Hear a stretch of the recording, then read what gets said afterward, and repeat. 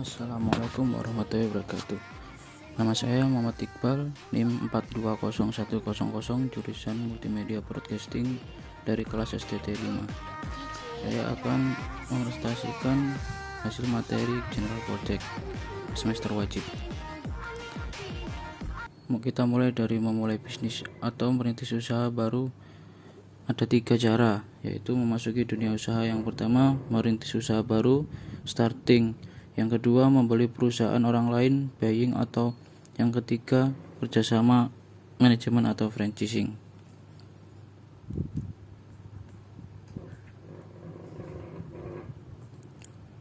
Ada 2 pendekatan utama untuk mencari peluang.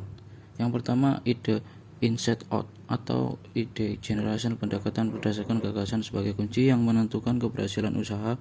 Di sini calon wirausahawan melihat keterampilan sendiri, kemampuan, latar belakang, dan lainnya yang menentukan keberhasilan usaha.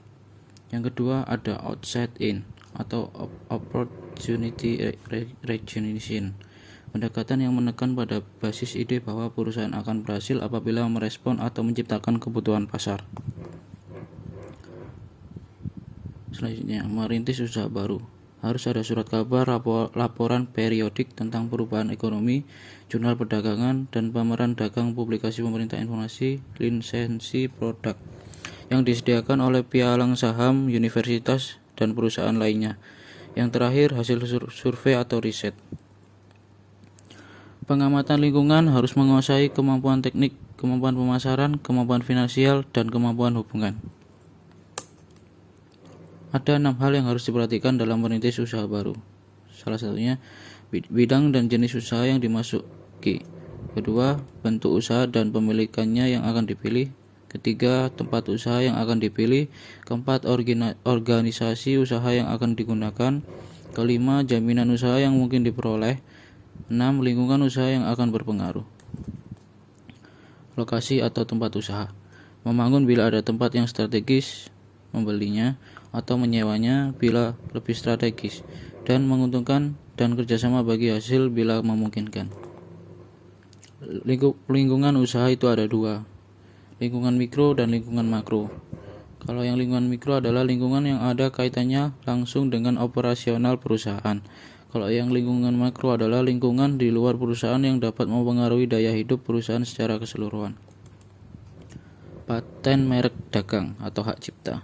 Hak cipta paten adalah salah satu pengakuan dari lembaga yang berwenang atas penemuan produk yang diberikan kewenangan untuk membuat, menggunakan, dan menjual penemuan selama paten tersebut masih dalam jaminan.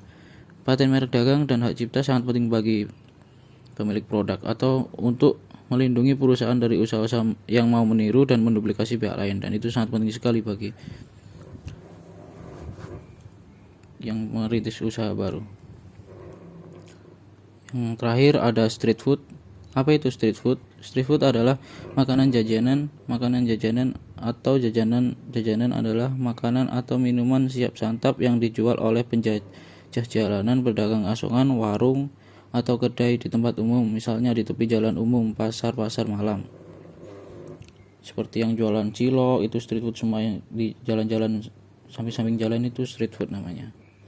Sekian dari saya. Wassalamualaikum warahmatullahi wabarakatuh.